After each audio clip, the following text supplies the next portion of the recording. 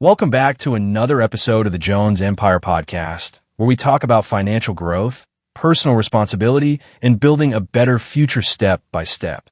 Today, we're talking about a question that sounds simple, but changes the way you move. If hard work is so powerful, why do so many hardworking people still feel stuck financially? Why does it seem like some people build wealth steadily, while others work just as hard, sometimes harder, and still can't get ahead? Here's the core idea for this episode. Hard work matters. It builds character, skills, and income. But wealth doesn't mainly grow through effort alone. Wealth grows through multiplication. And multiplication happens when your money, your time, and your decisions begin producing more than what you personally put in. I want to keep this practical, calm, and real. No hype, no cliches, just a Minter-style conversation about how wealth actually tends to build in the real world and what you can do starting this week to move in that direction. Let's start with the first point. Hard work alone doesn't build wealth if money is only earned and spent. Most people are trained for a pattern that looks like this. You work, you get paid, you pay bills, you hope there's something left. And then the cycle repeats. There's nothing wrong with working for money. Most of us start there. Many of us stay there for a long time. But if the only way money comes in is when you clock in, and the only thing money does when it arrives is leave again, then your financial life has no engine. It's just motion. Think about it like carrying water in a bucket with a small crack. You can carry water all day. You can walk faster. You can lift more. You can get tougher. But if the system is set up so the water leaks out as fast as it goes in, your strength becomes the solution to a problem that will never fully go away. You'll always need more strength. That's why you can find people who are genuinely disciplined, hardworking, and responsible. Yet they're still one emergency away from stress. Not because they're lazy, not because they're bad with money in some childish way, but because their financial structure doesn't allow for growth. It allows for survival. And here's a tough but important truth. Hard work is often rewarded with more work. If your income is tied only to your labor, then the way to earn more is usually to give more hours, more energy, more weekends, more wear and tear. Sometimes that's necessary. Sometimes it's honorable, but it has limits. You can't work 30 hours a day. You can't hustle your way past your health forever. And you can't outwork a system where your dollars have no job besides disappearing. So what changes the game? That brings us to point 2, multiplication, money working for you through ownership and long-term growth. Multiplication means you set up a situation where value grows without you having to personally push every single inch forward. That doesn't mean you do nothing. It means you stop being the only engine. Let's put simple language on it. When you work a job, you get paid for your time. When you own an asset, you get paid for ownership. Not always immediately, and not always predictably, but over time. Assets can be things like a piece of a company through investing, a business that serves customers, real estate that produces rent, or even intellectual property that pays you repeatedly. The common theme is this. Something you own generates value again and again. This is why wealth is so often connected to ownership. It's not because ownership is magical. It's because ownership is scalable. Time is not scalable. Ownership is. Now, I want to be careful here. I'm not saying everyone must start a business tomorrow. I'm not saying investing is a quick shortcut. I'm saying if you want your finances to grow, you need at least one stream in your life that can multiply. You need at least one part of your plan that grows while you're living your normal week. And multiplication is not typically loud. It's quiet. It's slow at first. It doesn't show off. The early days of multiplication can feel almost pointless. You put in effort, and the return looks tiny. But that tiny return is an important signal. The system is working.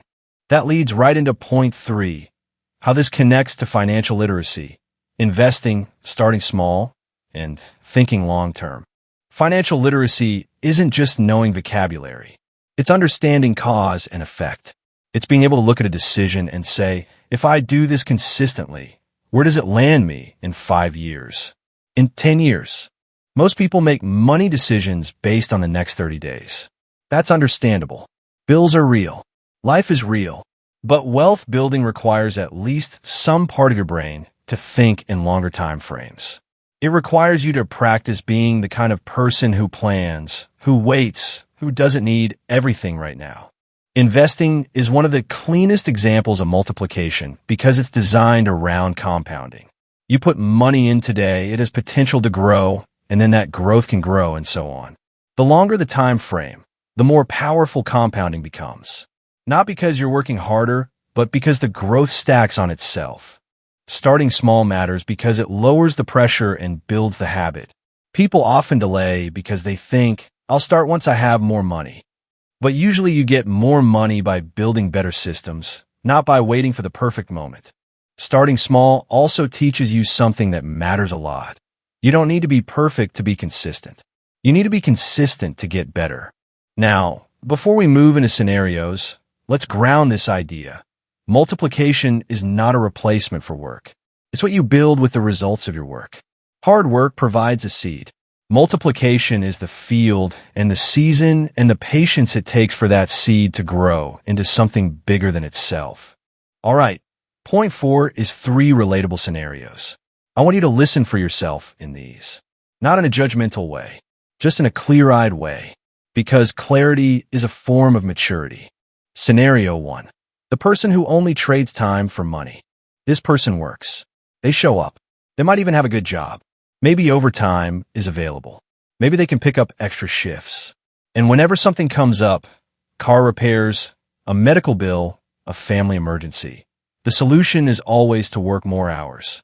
Their entire plan is labor in, expenses out. They might save a little, but it's hard to keep savings because life keeps happening. And because there's no asset growth happening, there's no financial momentum. If they stop working, money stops. If they get sick, the system shakes. If the job changes, everything changes. Now, this person might be doing nothing wrong morally, but financially, the structure is fragile. It's like standing on one leg. Strong people can do it, but it takes constant effort to stay balanced. If you're in this scenario, the goal isn't to shame yourself. The goal is to recognize that you need a second leg. You need something that grows beyond your direct hours.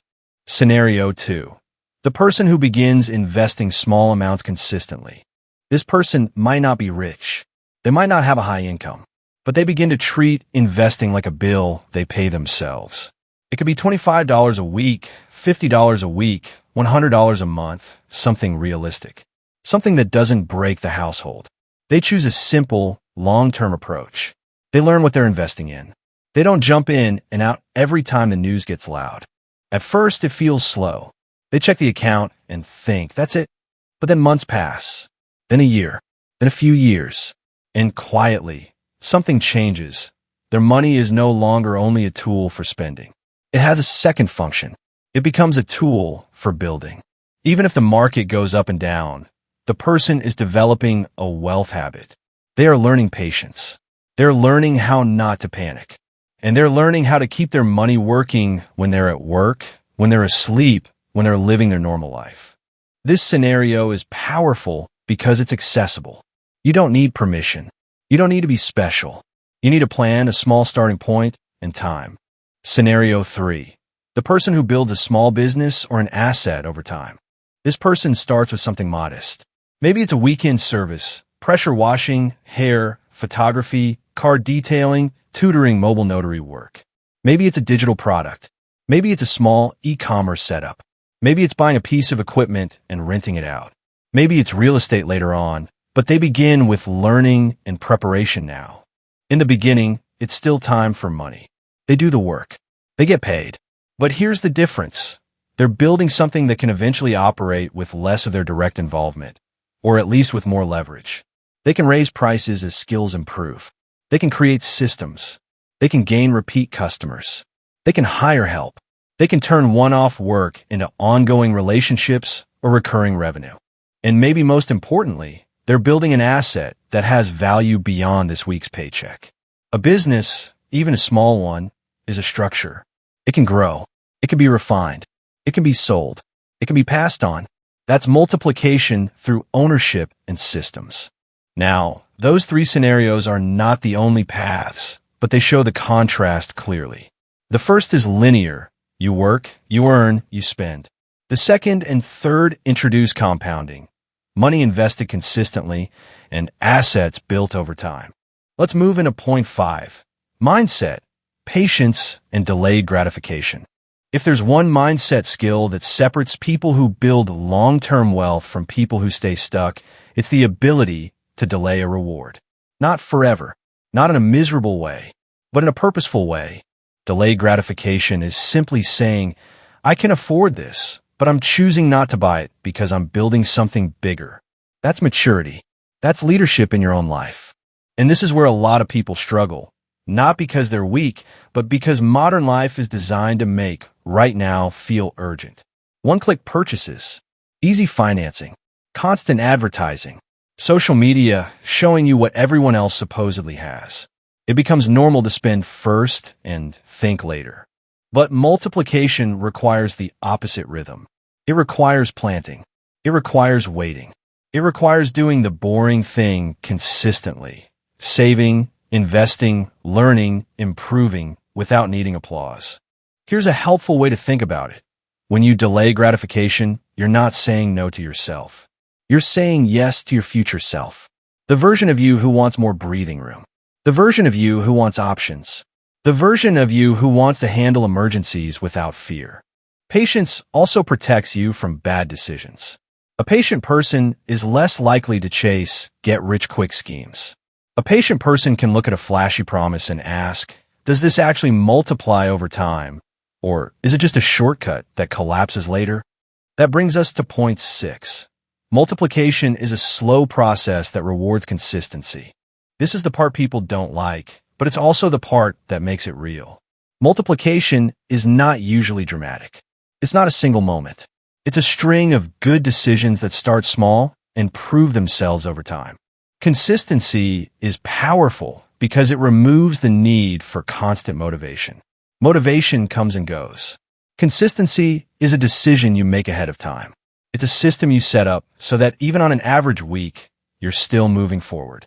If you invest a small amount regularly, you don't need to predict the market perfectly. If you build a little business step by step, you don't need one big break. If you improve your skills and knowledge steadily, you don't need overnight success. Slow multiplication also trains you to be steady. When something grows slowly, you learn to respect the process. You learn to track progress. You learn to play the long game. And the long game is where wealth tends to live. There's a quiet wisdom here. Big results often come from small actions repeated longer than most people are willing to repeat them. Not because those actions are exciting, but because they accumulate. Now, before we close, I want to tie everything together in a simple summary. Hard work is important, but it's not the full equation. If your financial life is only about earning and spending, then you're running on a treadmill. Multiplication is what changes the direction. Multiplication happens through ownership, long-term thinking, and letting time do some of the heavy lifting through compounding and systems. And none of this requires you to become someone else. It requires you to grow up financially the same way you grow up in other areas of life, making decisions based on where you're going, not just what feels good right now. Let's finish with point 7.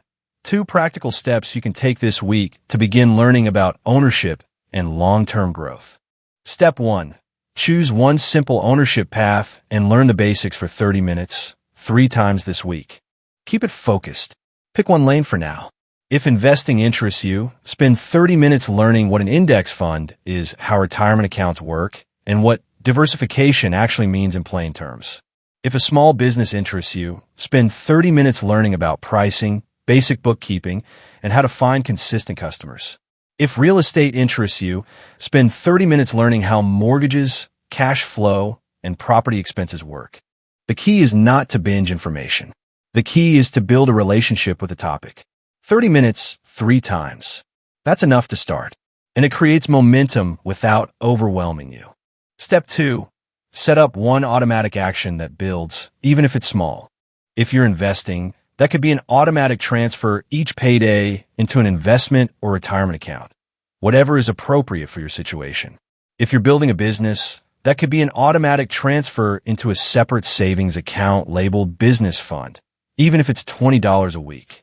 If you're focused on learning skills, that could be a scheduled hour on your calendar where you practice or study something that increases your earning ability over time. Automation is powerful because it turns your intentions into behavior. It protects your future from your busy weeks, and it keeps you moving even when life gets loud. Multiplication doesn't ask you to do everything at once. It asks you to start and then keep going. It rewards adults who can commit to small, wise moves repeatedly.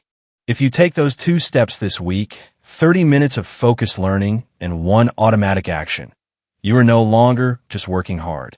You are building a structure. You are planting seeds. You are practicing ownership and long-term thinking 1 week at a time. That's it for today's episode. Keep it steady, keep it honest, and keep building step by step. I'll see you in the next one.